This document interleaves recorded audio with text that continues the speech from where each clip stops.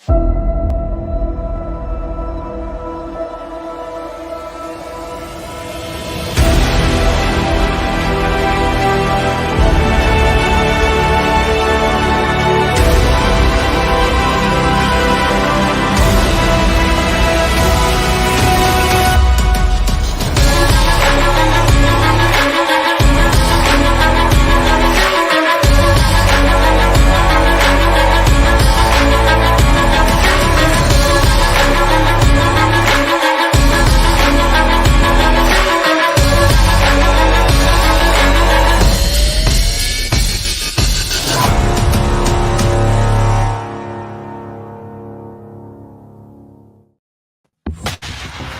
the Black Swan Media Studios, deep inside a secret underground bunker, we're speaking to freedom-loving patriots from all around the country and the world. Welcome to the Resistance. This is John Crump, live. And we are live with some channel members in the house, including Johnny 3-Bar, One Love Design, Kurt 24.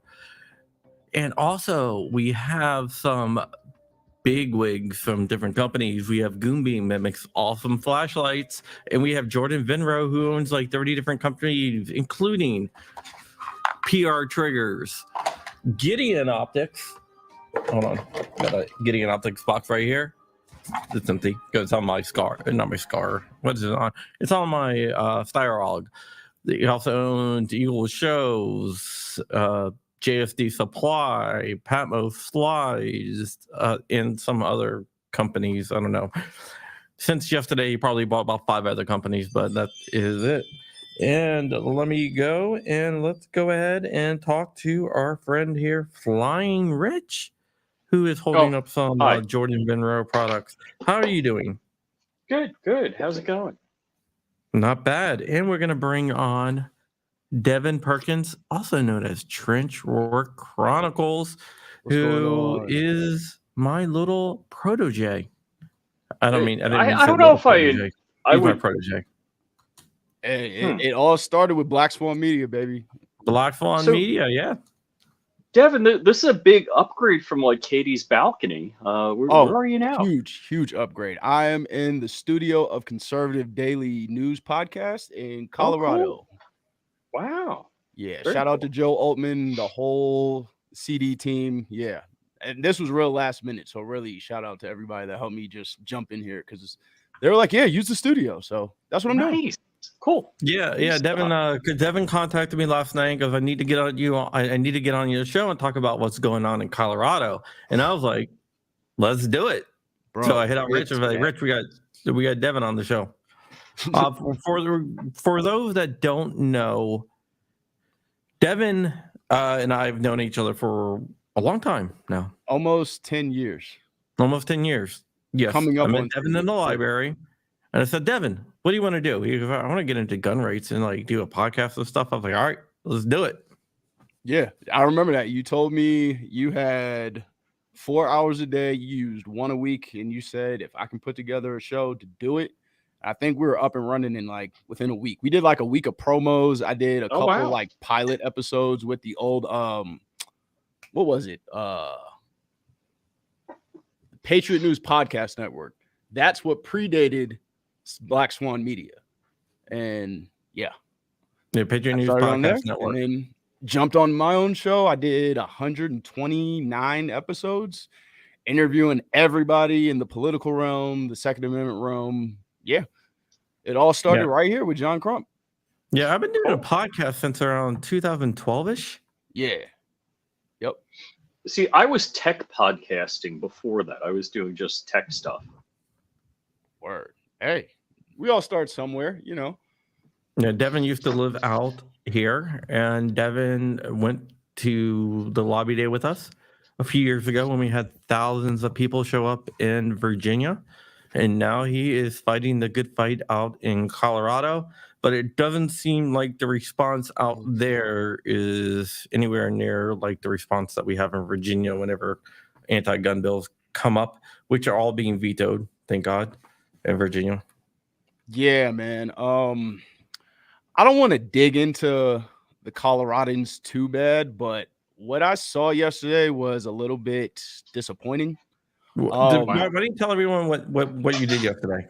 Oh, so we went to the State House to testify and speak about the recent assault weapons ban that they have now actually passed the first committee house with at a 7-3-1 vote.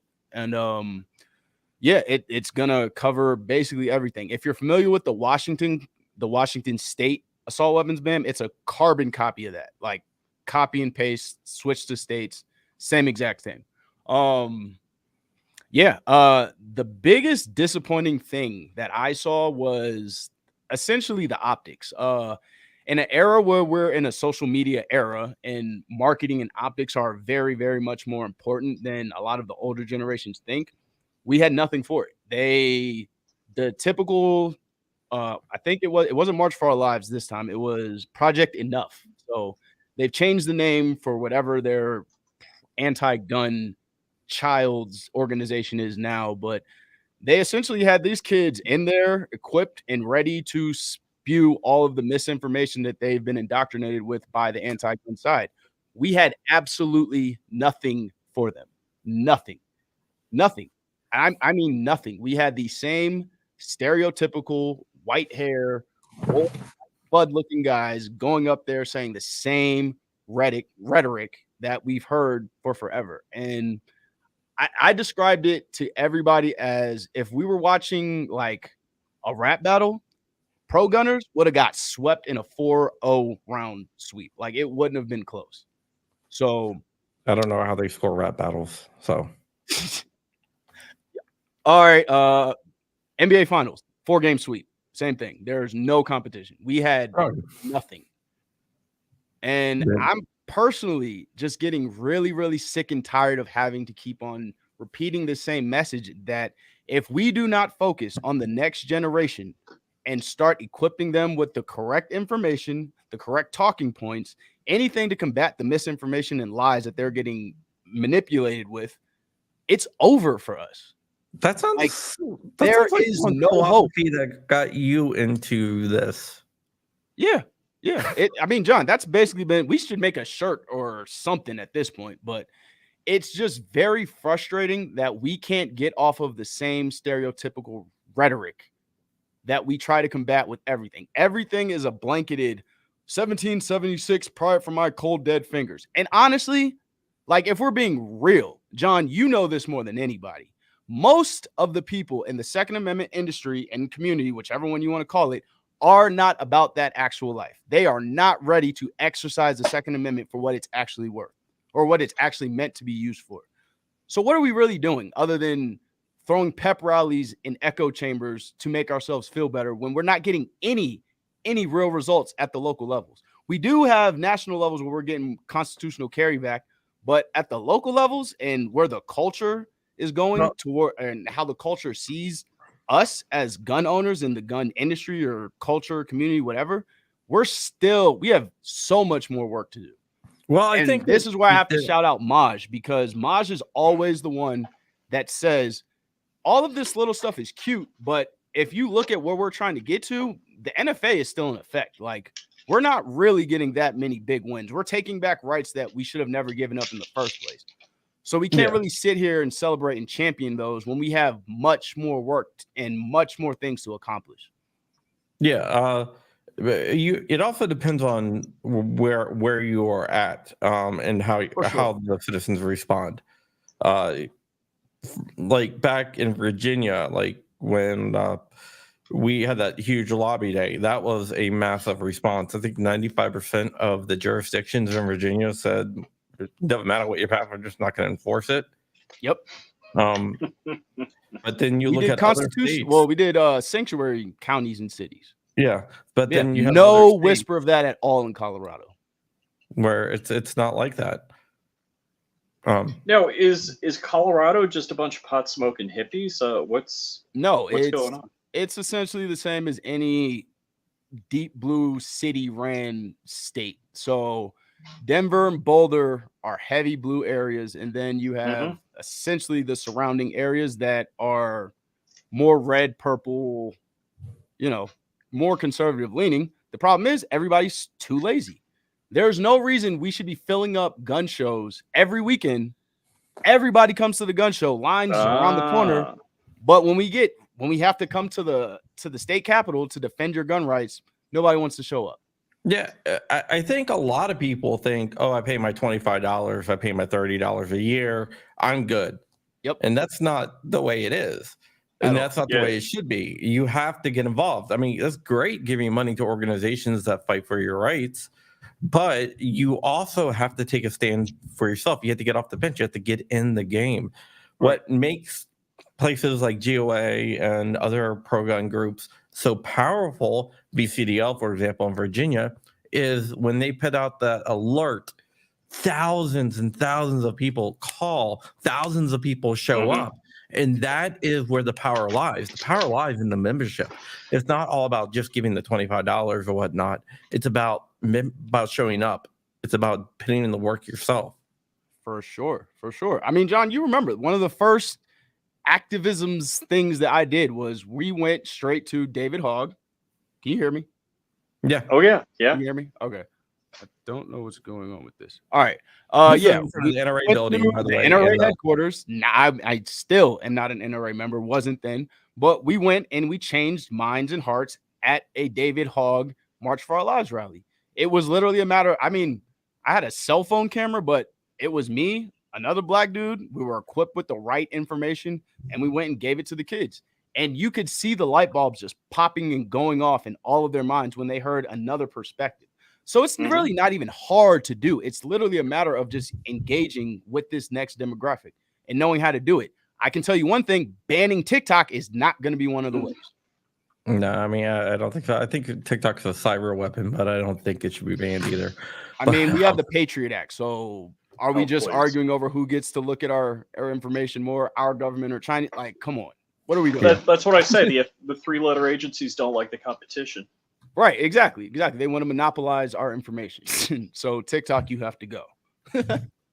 Yeah. But getting back to the David Hogg thing, one of the interesting things was David Hogg. There's a video of David Hogg just like looking at you. He wouldn't like respond to you guys. He would just like sit there and look at you. He literally said our position is on our website, and we didn't even necessarily want to talk to him. We just wanted the permission to speak on the podium. And we didn't ask. Somebody from his organization that heard us speaking came to us and asked if we wanted to speak. Oh, wow. So it wasn't even a matter of like us trying to bombard David Hogg for a spot. We just changed so many minds that it was actually time to speak in front of everybody. And then it was actually almost a positive that he didn't let us speak, because when he didn't, it kind of showed that this kid only wants you to hear one side of the story. He doesn't want you to hear what we have to say. So there it is. Yeah. Devin he exposed himself, honestly. Yeah. Devin's been to a lot of political events with me. Yeah. When we were in a sea of moms and men action, Karens, that was funny. Yeah, because they thought you were on their side. Yeah. Why would they think that? There was one lady, she walked up and I don't know what she was thinking, but she liked it fine. She looked at me and said, John, what did she say? Said something. Well, Devin had a picture of Ralph Northam in his Ku Klux Klan outfit. Ooh. And she was a Ralph Northam supporter, and I guess she didn't realize that was a picture of Ralph Northam. Yeah, she went off of skin color, like literally, profile. Yeah, and she thought that Devin was on their side, and she started talking, and Devin's like, what are you talking about? I was like, Devin, I think she thinks you're on her side. Yeah, it was bad. It was that was a cool day, though, because I remember that black mom that was there with the poster that I talked to for like 7 minutes.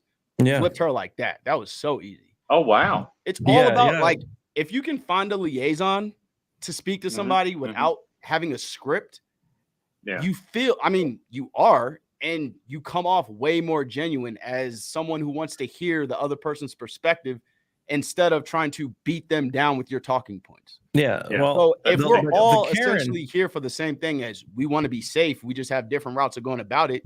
Expose that person as to why your position is this and it opposes theirs. And if you're articulate enough to do that, you're probably going to win that mind over. It's not that hard.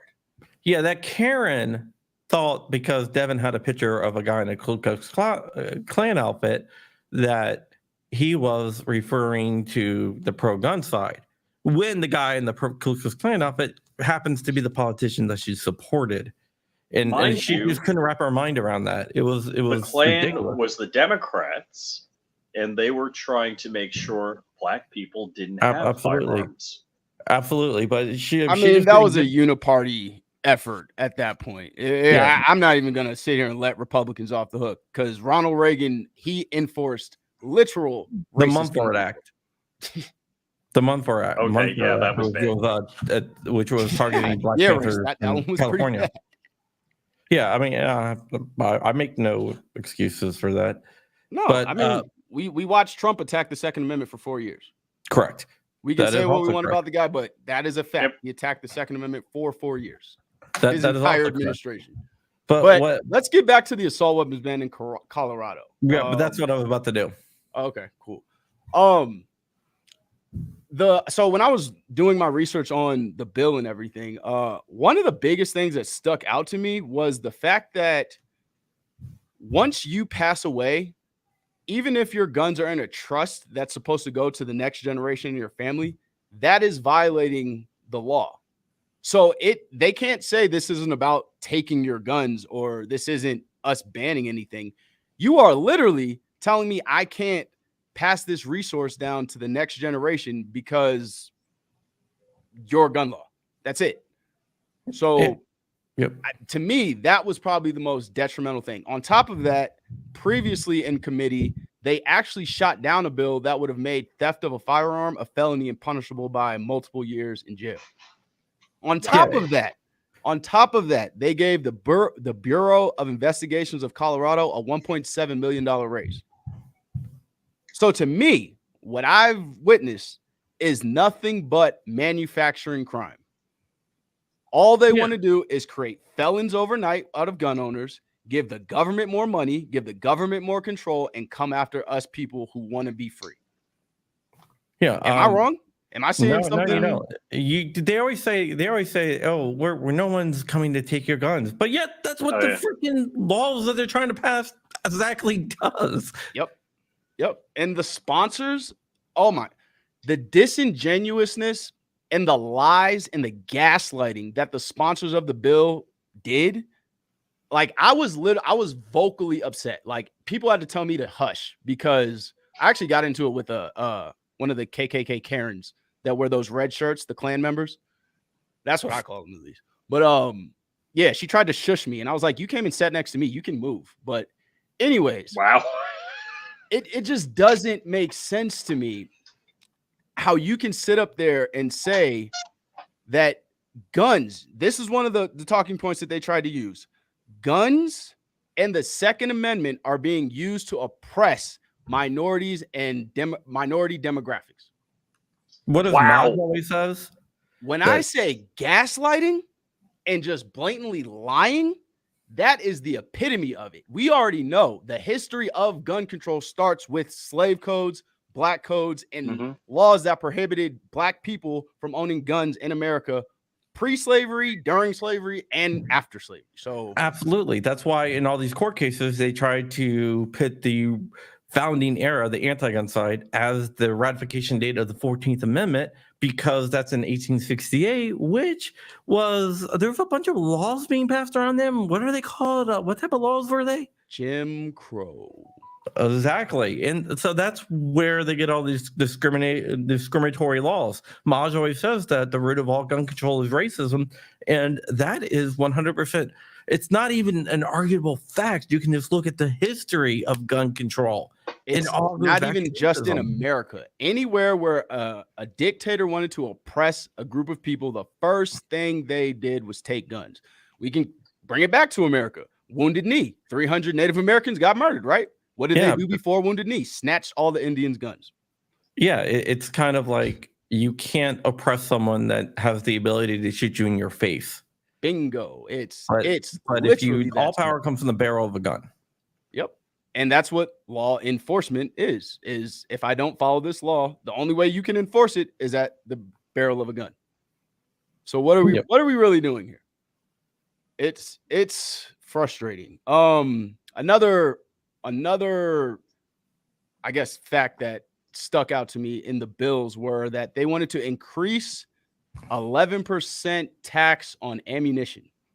They want to implement mandatory training, and I believe you have to have liability insurance. Okay, so now this is where we get to bring it full circle to how this gun control is racist.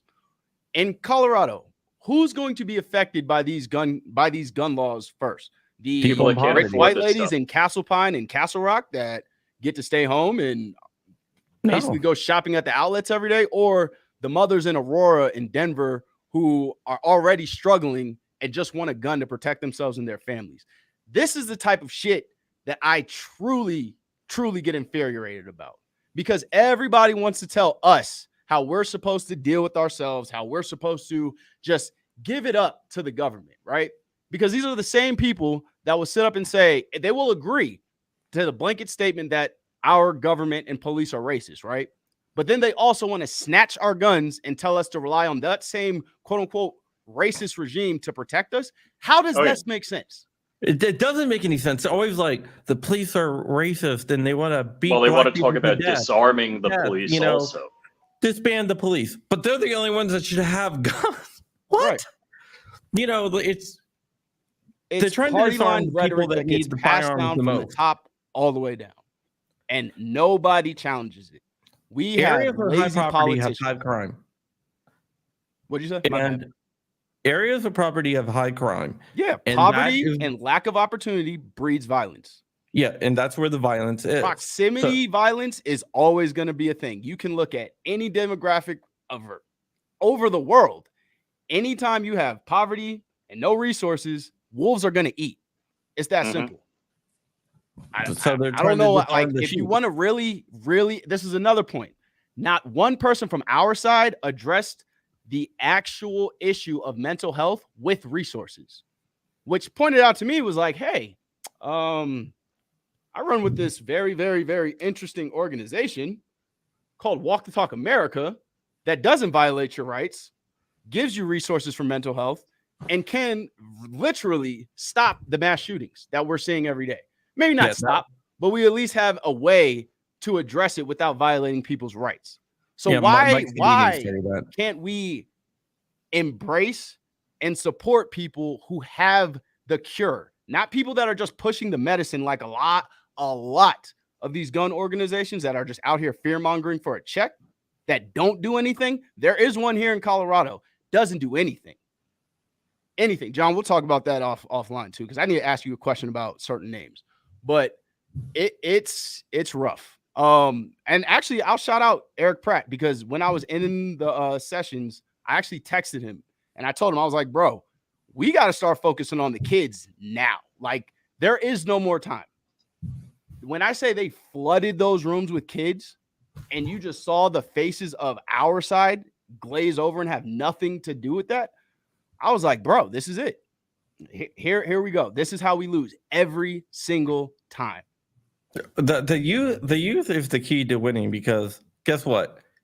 One day I'm gonna die. I'm gonna die a lot sooner than you probably, Devin. And like, when I'm gone, I want to make sure that the next generation is strong and winning. Yeah, for sure. That's a big deal. I really wish I could have brought my kids to King's Boys, because I would have asked them for a debate. I'd be like, no. Y'all want to talk about gun control? These are little black kids from Atlanta that are pro-gun. Go ahead and argue with them. Tell them that they don't need guns.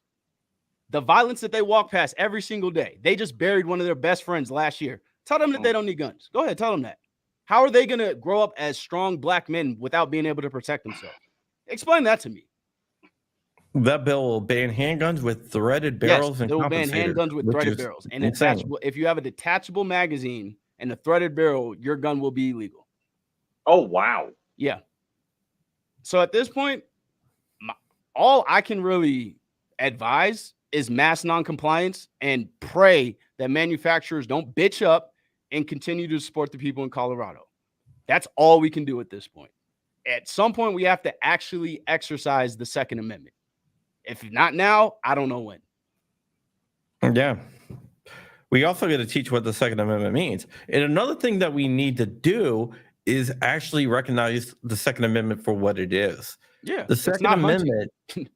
No, well, it's well, for not the only government. that, the Second Amendment that's not where our gun rights come from. Nope. The Second Amendment puts a limitation on the federal government. Our gun rights are natural rights. Right. They are inalienable rights. They can't be taken away. Let me ask The you, Second John, Amendment just acknowledges you two have been on that. this earth a lot longer than I have. Well, I'm not calling you old, but you guys have been here been here longer. Where did that like flip to where we started allowing the government to limit the Second Amendment instead of the Second Amendment limiting the government? Where was that flip at? Like what era, what time frame? Jim Crow. Oh yeah. Okay. It started from the beginning, the origins of it. Okay. Oh Yeah, the Jim Crow era, like late 1800s. Then it got worse in the 1900s. But yeah. We got to go back. I don't want a revolution. I want a restoration. Yeah. Right. Is what I'm looking for. That we need, a restoration, a reset of what, first off, federal government does too freaking much. Federal government was supposed to do several distinct things, not everything for everybody. They need to get out of that business. And we have God-given rights, like the freedom of speech. Like Ketanji Brown Jackson was like, you mean the First Amendment limits the government? I'm like, hell yeah. Yeah. Yeah. What do I always call the least Bill of amount Rights? of influence on our lives that the government has, the better we would have been. There's literally not an example of the government fixing anything for us. Nothing. Right. The Bill of Rights is a document of negative liberties. It's not negative liberties to me. It's not negative liberties to you. It's negative liberties to the federal government. And we have to teach that. We don't teach that in schools what the Bill of Rights is. The Bill of Rights is handcuffs for the federal government. Yeah. Yeah. That's why when I say, we have the freedom of religion, freedom of speech, we have the freedom to bear arms. I don't say we have the First Amendment. We have the Second Amendment. The government has those restrictions on there. So whenever I say, I'm all for the freedom of speech, and people are like, oh, so you're talking about the First Amendment. I'm like, no, I'm talking about the freedom of speech. Or, the First Amendment applies to a restriction on the government. I mean, the First Amendment doesn't affect me because I have those freedoms from God, the universe, whatever you want to say. Those are my natural rights. I have the natural right to bear arms. And recently there was the whole illegal aliens, do they have the right to firearms? I was like, absolutely, because, it's a natural right. Yeah. And there's a big controversy, and there's like a lot of arguments in the Second Amendment community about that. But I look at it the way I look at it is, if I believe it's a natural right, I can't tell someone you're not an American, so you don't have these rights, because they're natural rights. They're not. You can even go introspective with that and think, hey, if I want to go to Mexico or somewhere else, would I want to be able to take my gun? The answer is always going to be yes. So why would you restrict somebody else from doing that just because they're coming to your country? Doesn't make sense. If you're an absolutist, you have to be an absolutist all the time. Yeah, I mean, you have to be an absolutist, and I am an absolutist. I'm not what I call a butthead, which is I support gun rights, but and that just pisses me off, man. Oh man, I'm pro. You already know what name I was about to throw out there, John, but I'm not even gonna give him that shine today. The Mr. 2A butt of the gun industry. Y'all know who we're talking about. Yeah, I mean, it's just crazy, Yeah. We have to be absolutists. We have to stand up for what's right. And again, back to the optics thing. It's not like the Second Amendment doesn't have the people within the realm to get this type of stuff done, to play the chess game of optics with the other side and actually win. We just literally don't put them on the platforms. And shout out to you, John, because you've always been able to put those type of people on platforms, but I don't know what it's going to take for the I guess bigwigs and people in power to really understand Well, I will say shout out to USCCA and Mike Bauer because we're going to be working on some children's curriculum soon. I'm working with CERT Pistols. They're going to be helping me out with an event in Atlanta in a couple of weeks. I'm doing a complete firearms training with all of my boys again after a hiking trip. We have it. Like I don't know what else they need other than to put the money behind Kids to Kings, Kids Safe, Walk the Talk America, Black Guns Matter, No Other Choice, Aiming for the Truth, Hold My Guns. Like, we are literally all ready to go on behalf of our community. And they don't want to do it. Let's get real here, right? I can't speak for you. I can't speak for your generation. I'm older than your generation. Your generation's not going to listen to some old guy, but your generation will listen to someone who they view as their peer, the same age. Right. That's what you did. You literally told me, like, yo, I want to get this message out, but they're not going to listen to me. They'll listen to you, though. And I was like, let's run it. Exactly. Yeah. And actually, I'm already curating and mentoring the next one up. He's 21 years old. He's a college student that carries his gun to every single class. He works at an elementary school. He takes care of kids. He's the director of Kids to Kings. Yeah, this is what we need to be doing. If you are in the Second Amendment industry and you don't have somebody who you're ready to pass on whatever you've built onto, whether it's your children, whether it was somebody that you just took under your wing, you are doing this wrong. I don't care what influencer, who you are. If you don't have somebody to pass the baton to next, you have created a gap and we will lose because of that gap.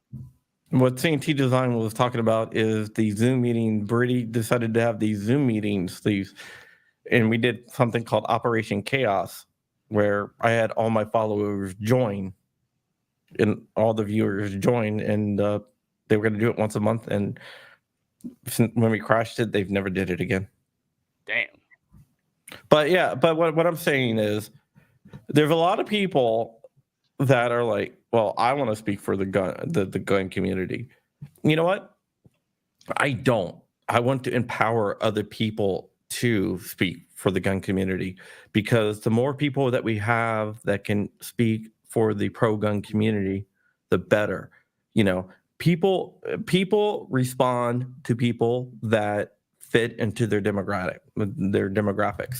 It's the way it is, you know. Maybe it shouldn't be, but that's the way it is. So if you want to reach out to a certain demographic, you can't go in there. I call it like find an ambassador. That's what you need to do. Find an ambassador. The avatar syndrome, right? Yeah, for sure. And this is kind of why I wanted to do when we were running the solutionary summits, I literally wanted to bring in all of you white guys that get it, but do not overstep and understand that, hey, I'm probably not going to get received very well, so I'm going to go get you. So you, Mike Sedini, Mike Bauer, Justin from Phoenix Ammo, y'all were going to get up and tell people how to not be a white savior. Yeah, it's the avatar. You know, the avatar. You know, they have the Navi, and they get destroyed until a white savior comes in. Literally, and we gotta, instead of trying to be the savior, we have to empower people. Yeah, I mean that's if you don't want control, because a lot of the times when you see white saviors from majority the liberal side, they don't want anything other than control of your movement so they can push whatever their agenda is to the front. We saw that in the 60s with Martin Luther King.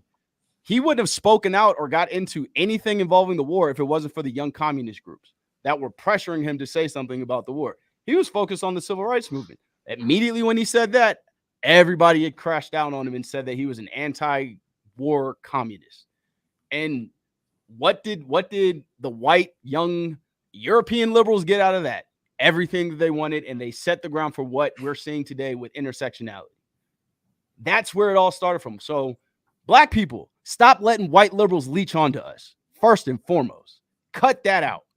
I don't care what they're saying. If they want to help, let them offer an actual resource. Don't let them lead any kind of conversations. Don't let them lead you to anything, because all they're going to do is lead you to a slaughter. That's what they've done the entire time through history. Yeah, we have to give people I got like 8 minutes left. Just letting you know. All right. All right, that's fine. Yeah, we have to give people voices. Like when I ran the Patriot News Network and you had a show on there, Yeah. you asked me, so you're like, so what's off limits, what's not off limits? And my answer was talk about whatever you want. Literally. I remember when I had Hotep Jesus on there. And he was going crazy. I was like, I'm definitely getting a call from John about this one. Dude, lo and behold, I think the next week you had him on your show. Yeah, it was dope.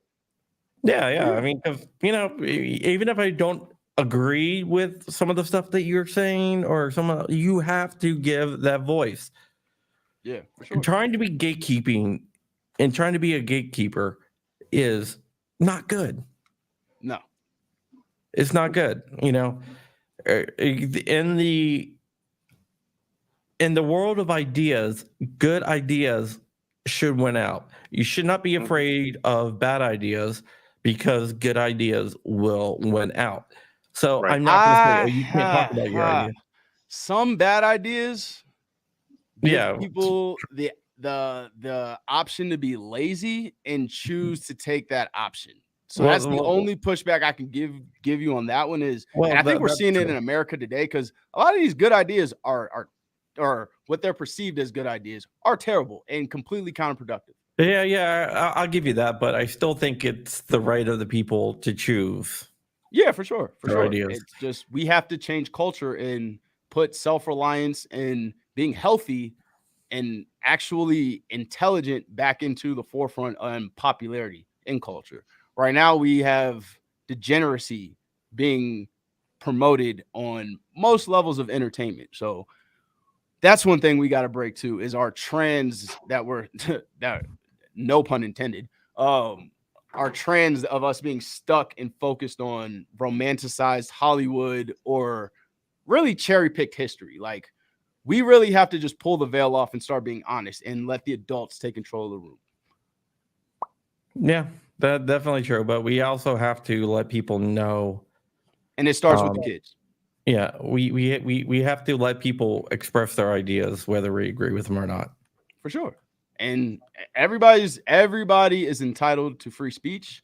No one is not entitled, or no one is exempt from criticism. So hey, if it's a bad idea, chop that bad idea up with your logic and make people understand why it's a bad idea.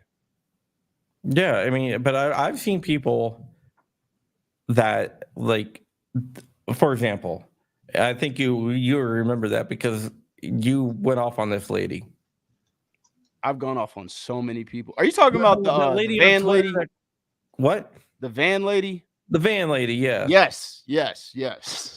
She had nothing to say back to you either. But hey, man. No. That's what happens when you try to blanket, generalize, and just like. We were arguing about gun rights, and she was like, well, we know that you're a Nazi. You're in a Nazi group. I'm like, and Devin's like, I'm a member of that group. Yeah. And there's nothing you're gonna say. Like, there's no coon label, there's no Uncle Tom label that you could ever throw on my resume. So yeah, when I saw that, but I'll do that for all of y'all, whether it's you, Mike Sedini, Justin, like any of my white guys that have really been a resource for my community, I will definitely stick my neck out for you guys for sure.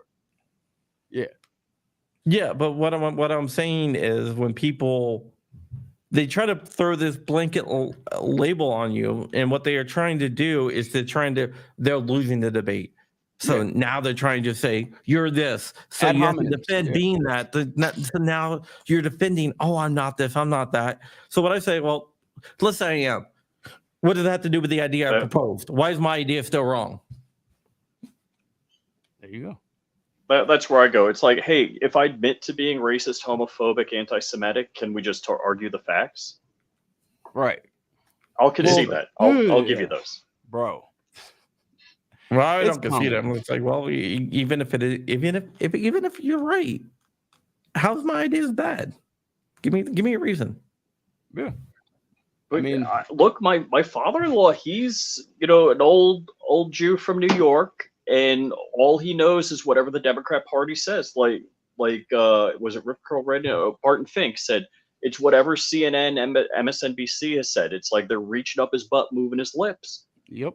And he, more and more younger demographics are just not into that. Like, yeah, we just gotta refocus. That's why they want to control the internet. Oh yeah, for sure. Well, that's why they want to control the internet.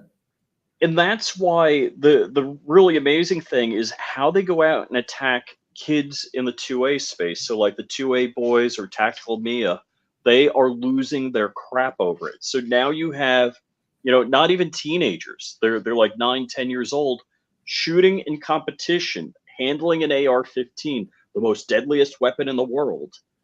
Yeah. And it's what we like should be kid doing, could be safe with it. My suggestion to combat that was give those kids a voice. Don't just show them shooting guns. Let them actually explain why this is important. John, I believe you were there when we had to go to the hearing in Fairfax County, and the high school competitive shooter got up there, and I believe she gave the best speech of the night. Yeah, that's cool. It was amazing. We have platformed those people though on the show. Oh yeah, I mean, John, we know we've got them on. And woke supremacy. I mean, but I man, think I could go in, but I only got 2 minutes left. Stop using woke the wrong way. Like, Jesus.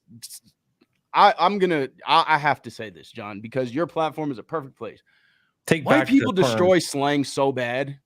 It is always butchered, and woke is one of those words that y'all heard another white person say and ran with it with anything negative that wasn't conservative.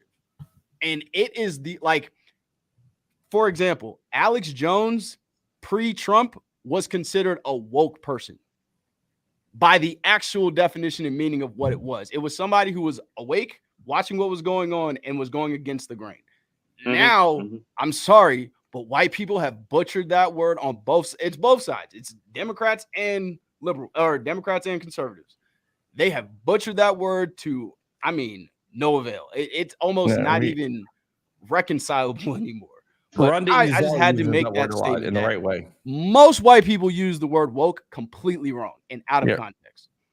But I got 1 minute left. So can I end giving the right people the shout outs that deserve them? Go right ahead. First of all, here in Colorado, Rocky Mountain gun owners, they did a very good job getting people to show up. They had almost 500,000 petitions at the hearing yesterday. We actually got a picture of it. Alicia Garcia, the Boomstick Babe, as long as she's doing her Second Amendment work, everybody should support her Second Amendment work. She did a very good job representing her state yesterday for women, her demographic, everything. Walk the Talk America. Everybody should be supporting Walk the Talk America. It is the only mental health organization that was birthed out of the gun industry that will not violate your God-given rights. Black Guns Matter, obviously. Maj Toure, the voice of the 2A black space. I'm not going into the YouTubers, but 2A black space. You got Katie, Kevin Dixie, No Other Choice Firearms, and Black Guns Matter. Go follow, support, donate. We just got a 40-acre property in Atlanta that we're going to be doing a lot of community events on.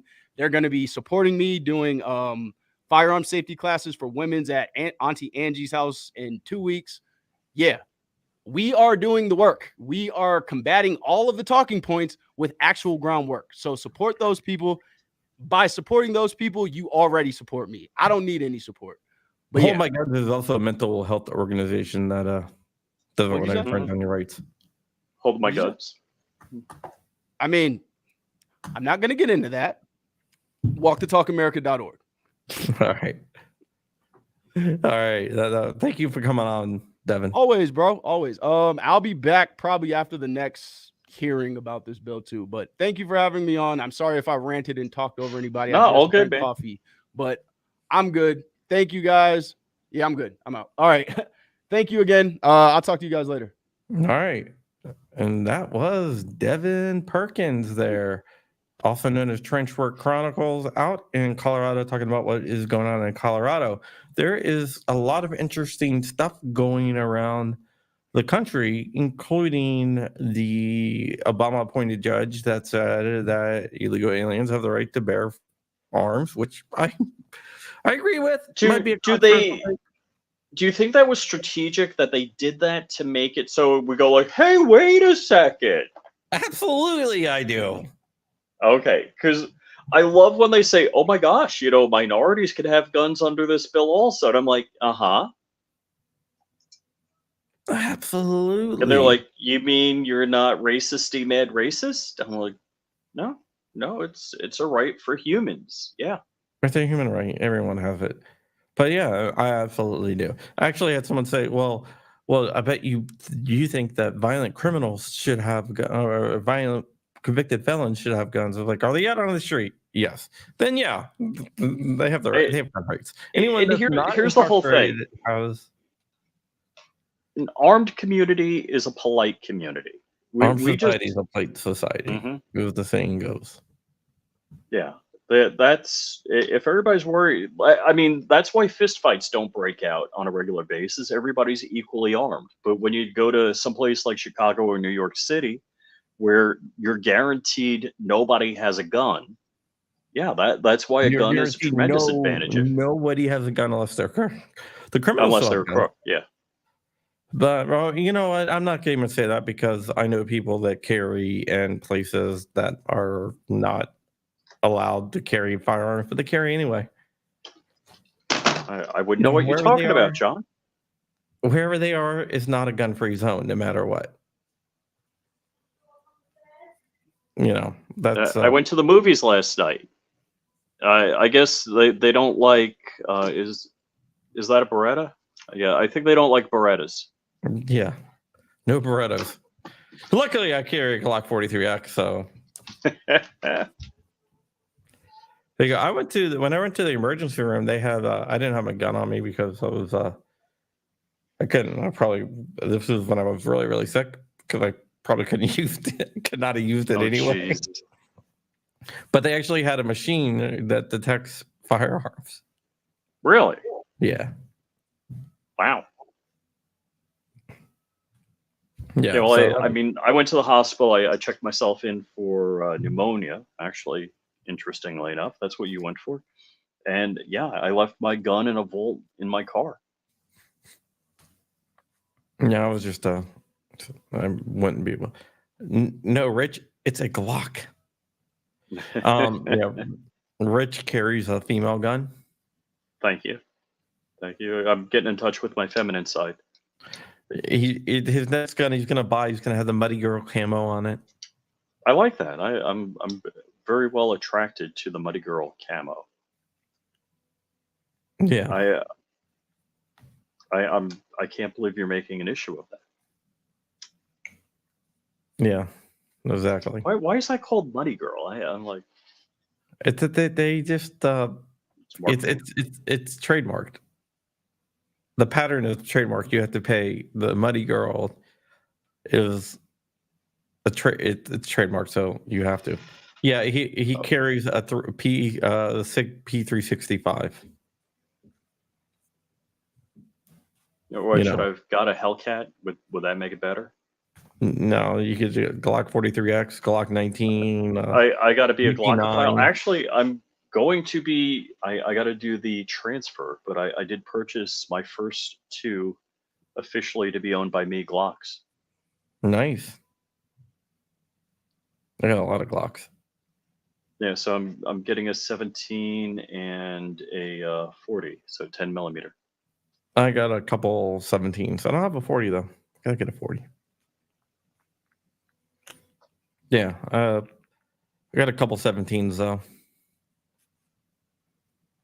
Yeah. So I got an article coming out tomorrow about e-forms and ATF, and you know a little bit about it. It's going to be definitely interesting.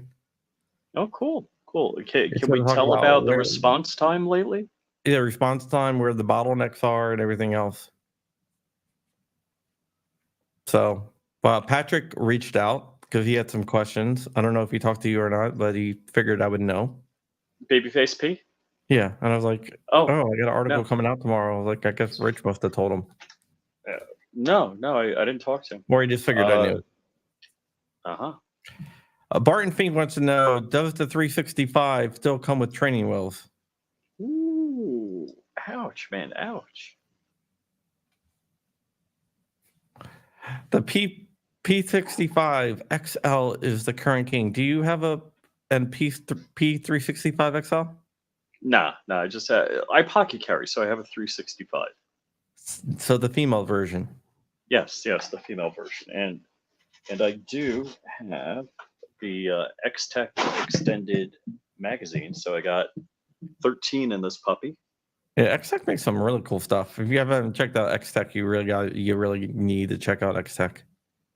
So yeah, in my cargo pants with the mag pocket, I keep another 13 here. Goonbeam wants to know if you got the Rose edition. No, it wasn't out when I bought it.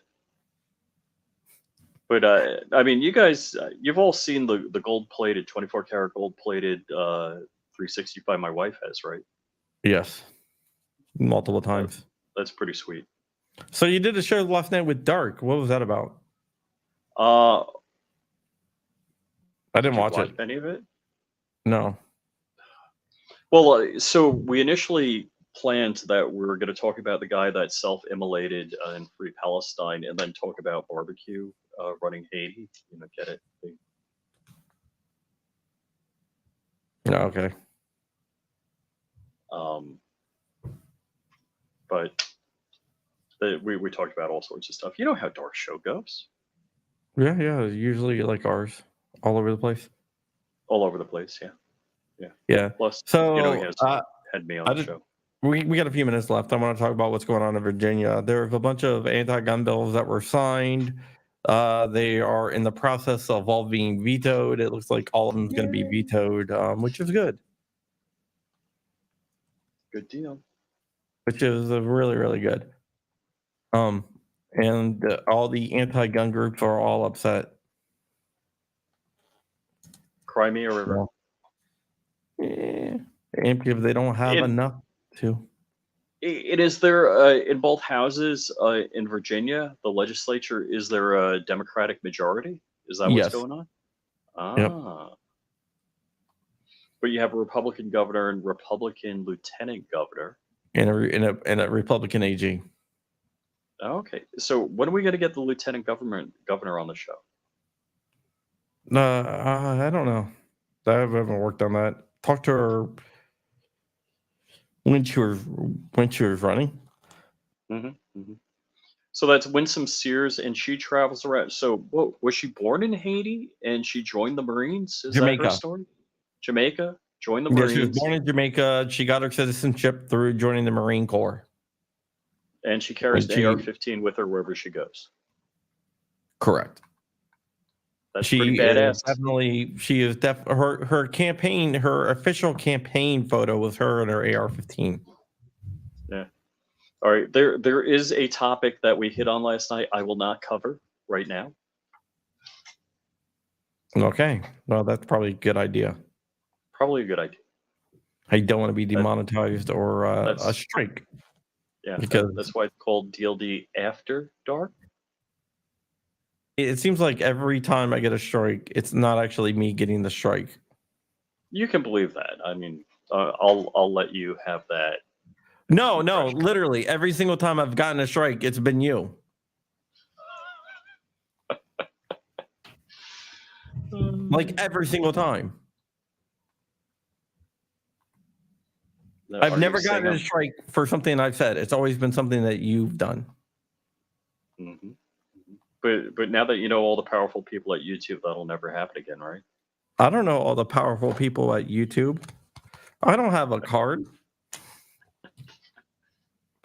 The get out of jail free card from YouTube. It's not a get out of jail free card. It's just a contact at YouTube. Yeah, actually, that was on my list. I'm like, oh, I got to meet that guy. And best laid plans. Yeah, I'm probably gonna be down at the gathering. Wouldn't be surprised. You're gonna go? I'm not going to the gathering. What I'm doing instead of going to the gathering, I am volunteering all day to pack food packages for the needy, for families that need food. Cool. So instead of going to the gathering, I'm volunteering my time. I'm going to be going to the gathering. So the gathering event is open to the public. There's no creator day and public day. It's all one thing. So it's Friday and Saturday this week. So I'm going to be there. Shooting Gallery New England's going to be there. I'm not sure the other peeps that are going to be there, but That Yeah. is le plan. Yeah, I'll be just packing up food for needy families and stuff like that. That's nice. It's nice to do that kind of work. I mean, we do that a lot, dude. I'm looking, or I'm going to start volunteering at a soup kitchen too. Wow. But that's Why a not? big deal. Sure. It's not a big deal. It's just something that you should do. Mm-hmm. Everyone should do that. I'm big into charity and stuff like that. Yep. Volunteering. Teach my kids the right thing to do. For sure. To help people, because people need help. And if you help people, it's the right thing to do. We're all in this game together, so we have to take care of each other. Oh, I'm completely with you on the whole help. That's 100%. Yeah. So one day I already need help, right? So you never know.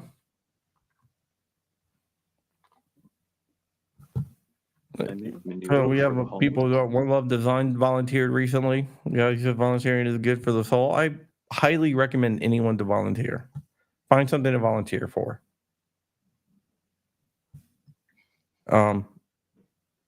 Everyone needs to volunteer. I mean, you don't need to, but it's good for you.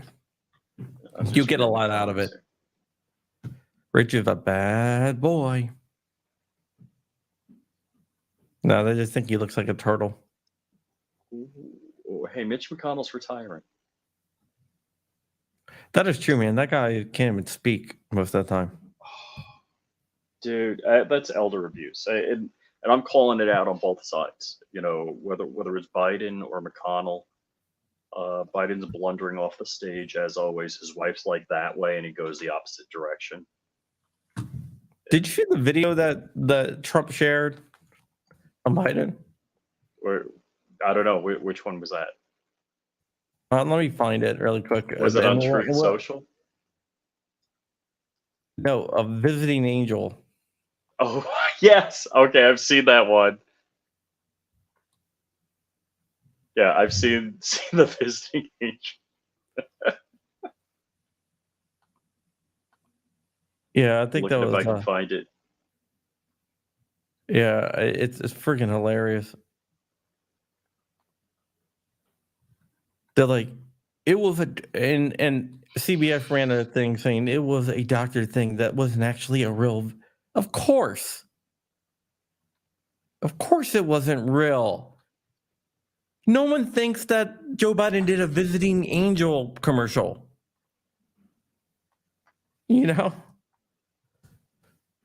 But yet, CBS has to try to say, "Oh, he's lying about it." Joe Biden didn't do a visiting angel commercial. No one really thinks that, you idiots. I don't know. But the media is out of their minds. The media is completely out of their minds. I'm gonna share this. I found something on it. Then we can get out of here. And for some reason, it went to another page. Why is that guy on MSNBC called Rachel? I don't know. Hey, man, don't assume his gender. Okay. All right, here it is.